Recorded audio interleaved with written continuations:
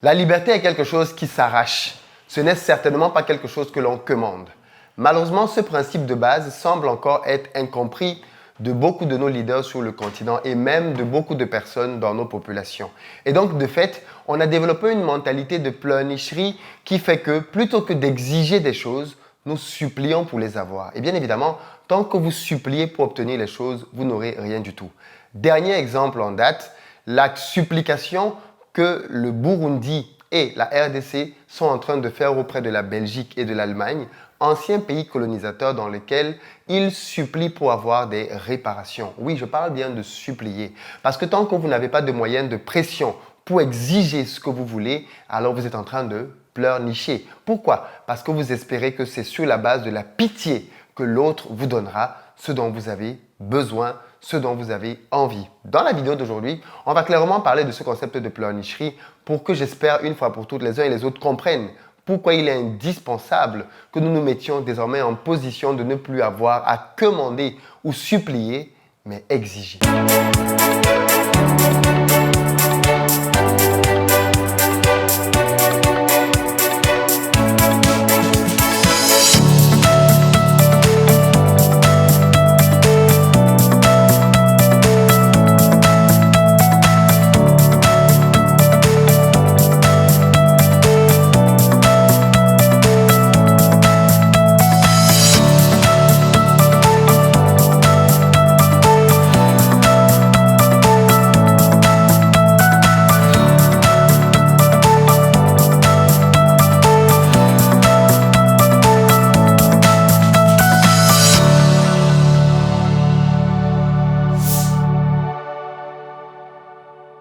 Salut à toi et bienvenue sur ma chaîne, moi c'est Philippe Simo. Ici je te parle d'entrepreneuriat et d'investissement parce que je suis convaincu que ce sont les deux piliers sur lesquels la communauté noire doit s'appuyer si elle veut émerger. Donc, si toi aussi tu veux faire partie de cette belle aventure, deux choses à faire. La première, abonne-toi à cette chaîne et active les notifications, la petite cloche. Tu seras ainsi informé de l'apparition de toutes nos vidéos business comme celle-ci qui vont t'apporter du bon contenu.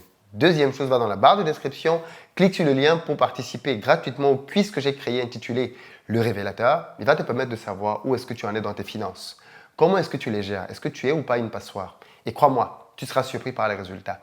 Et puis enfin, ceux d'entre vous qui veulent gagner un peu plus d'argent, rendez-vous sur mon site investiraupays.com. Vous y trouverez une batterie de formations que j'ai créées et mises à votre disposition pour vous permettre de passer à un autre niveau. Les amis qui sont à Abidjan, on a rendez-vous ce samedi pour une journée de formation intense à l'hôtel Azalaï, au cours de laquelle je vais vous partager les meilleures techniques que j'utilise et qui m'ont permis d'exploser clairement les chiffres d'affaires de mes business. Donc si vous êtes à Abidjan, en Côte d'Ivoire, ou même si vous avez de la famille dans ces pays-là, soyez avec nous ce samedi. C'est la dernière ligne droite et les places, clairement, il y en a plus beaucoup. Alors aujourd'hui, je veux parler avec vous de la mentalité de pleurnicherie qui perdure dans notre communauté. Malheureusement, nous semblons encore être la seule communauté qui n'a pas compris que le monde dans lequel nous vivons est une jungle et que toutes les règles et les lois qui existent en réalité sont juste des artifices. Parce que oui, quand il a fallu que Nicolas Sarkozy règle ses comptes à Kadhafi, on a trouvé le moyen d'arranger les lois pour qu'on puisse le faire. Quand il a fallu que Bush, fils, règle ses comptes à Saddam Hussein, on a trouvé le moyen de trouver des lois qui permettaient que cela soit fait. Il faut bien que l'on comprenne que le monde dans lequel on vit est un monde dans lequel c'est la loi du plus fort qui règne. Les lois sont faites pour les forts. Il y a des apparences, bien évidemment, qui laissent penser le contraire. Mais dans la réalité, dans les faits, dans la pratique, quand un puissant, quand un fort veut quelque chose, il finit bien souvent par l'obtenir. Et quand on a donc compris ça, et que l'on sait que les pays africains sont parmi les plus faibles dans le monde dans lequel on vit aujourd'hui, on peut aisément comprendre pourquoi est-ce que les revendications que les pays africains peuvent avoir n'aboutissent jamais. Les Africains ne sont pas présents au Conseil de sécurité de l'ONU, ils n'ont pas un droit de veto. Les Africains ne décident de rien du tout, ils ne sont nulle part là où les décisions importantes du monde se prennent. On a les pays du G20 et les Africains n'y sont pas. Ils sont plutôt dans les pays du G1. Mais là-bas, on va les trouver en masse. Et donc, de fait, à partir de là, ils ont ôté toute possibilité de pouvoir influencer le monde dans lequel on vit. Le monde dans lequel on vit, c'est le monde du pouvoir, c'est le monde de l'argent. Et malheureusement, ces deux choses-là, nous ne participons pas au game. Mais on ne réalise peut-être juste pas à quel point c'est préjudiciable. C'est préjudiciable parce que nous avons été les personnes qui ont perdu les grandes batailles de notre histoire. Et quand vous perdez les batailles d'aujourd'hui, si vous ne vous préparez pas pour celles de demain, vous les perdrez aussi. Et malheureusement, nous avons perdu les batailles du passé, Nous n'avons pas tiré les leçons qu'il fallait pour pouvoir nous préparer à gagner les prochaines batailles et nous sommes en train de perdre les batailles d'aujourd'hui. Mais parce que nous ne nous préparons pas comme il faut, alors nous risquons de perdre les batailles de demain. Voilà pourquoi il est urgent que l'on se réveille pour se battre, pour être prêt pour les prochaines batailles. Et quand j'ai dit ça, je veux clairement prendre le cas de ce qui s'est passé au Burundi. Le Burundi aujourd'hui demande 43 milliards de dollars à la Belgique et à l'Allemagne comme réparation de la colonisation. Je pense qu'ils n'obtiendront pas grand-chose. Et même s'ils obtenaient quelque chose, ce sera à cause du bon vouloir de l'un de ces deux pays-là. Vous savez, parfois, il peut être dans l'intérêt de votre oppresseur de vous donner quelque chose. Votre oppresseur peut estimer qu'il est bon qu'il vous nourrisse parce qu'il a besoin que vous soyez en bonne chair pour pouvoir mieux vous exploiter. Donc, clairement, il y a aussi ce type de réflexion à avoir. Mais, fondamentalement, quand vous n'êtes pas en position de force dans un deal, dans un échange, alors vous n'avez pas entre vos mains les moyens de votre politique. Est-ce que vous savez comment est-ce que la RDC a fait pour demander à la Belgique des réparations? Ce n'est pas une initiative qui est partie de la Belgique. Il s'agit plutôt du roi belge qui, suite à l'affaire George Floyd, a eu un discours dans lequel il a regretté ce que son grand-père avait fait, Léopold II, au Congo, en RDC. Et donc, sur la base de cette déclaration de regret-là, alors la RDC a sauté dessus pour dire eh bien, écoutez, on demande donc des réclames, on demande donc des réparations parce que vous reconnaissez vous-même que vous avez agi injustement vis-à-vis de nous. C'est-à-dire, on est clairement dans de la pleurnicherie, quoi. Donc, et on espère qu'avec ça, on va obtenir quelque chose. Je pense qu'on n'obtiendra rien. Et si on obtient quelque chose, ce sera symbolique et ce sera même à la limite contre-productif. Pourquoi? Parce qu'il y a des domaines dans lesquels il est beaucoup préférable que vous les obteniez par vous-même plutôt qu'on veut l'étendre. Et la liberté en est un. La liberté n'est pas quelque chose que l'on doit vous donner. La liberté est quelque chose que vous devez arracher. L'un des problèmes qu'il y a dans nos pays aujourd'hui, c'est que beaucoup de nos pays, pour ne pas dire quasiment tous, n'ont pas arraché leurs indépendances. Ils les ont eues par la volonté, la générosité du colonisateur.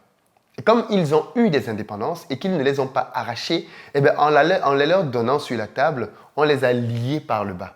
Mais prenez des pays qui se sont battus farouchement pour pouvoir obtenir leur indépendance. Prenez le Vietnam. Regardez comment est-ce que le Vietnam s'est battu pour obtenir sa liberté. Ils sont allés jusqu'au sang contre les Américains et ils ont gagné. Aujourd'hui, les Vietnamiens sont libres de l'emprise américaine. Parce que sur le terrain de la force, ils ont démontré qu'ils pouvaient répondre. Nous, on a perdu ces différentes batailles-là. On a eu des indépendances de factices. D'ailleurs, pour ceux qui ne le savent pas au moment de l'indépendance, beaucoup des partis qui ont été au pouvoir à la suite des indépendances étaient des partis qui ne voulaient même pas l'indépendance.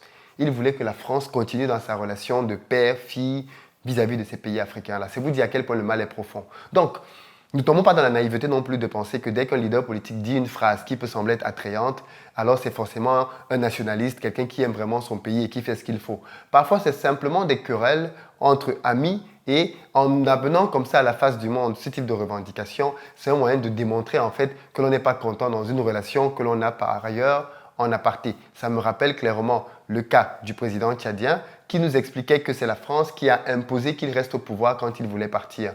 Ça me rappelle encore ce même président qui disait qu'il était contre le franc CFA et qu'il fallait que l'on sorte de là. Il se trouve que quelques années plus tard, il est resté au pouvoir et d'ailleurs aux dernières nouvelles, il s'est proclamé maréchal.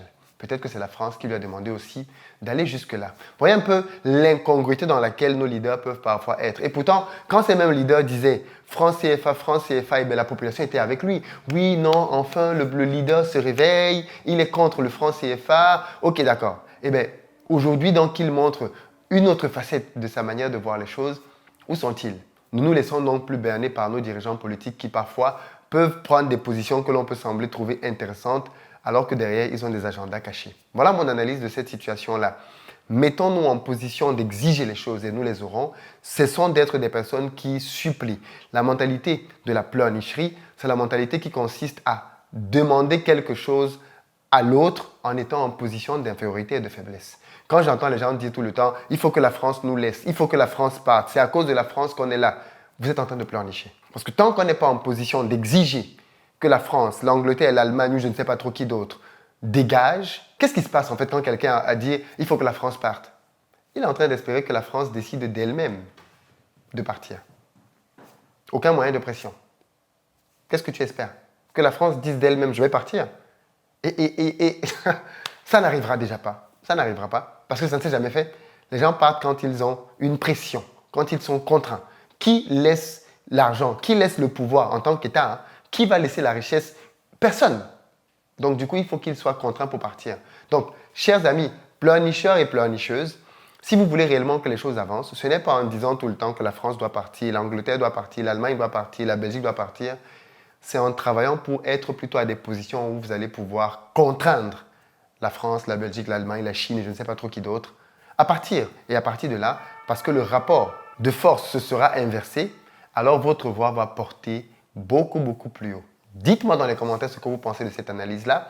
Comment est-ce que vous percevez la situation de ces 43 milliards? Et est-ce que vous êtes d'accord ou pas avec la définition que je donne de la pleurnicherie? On en parle dans les commentaires et à demain!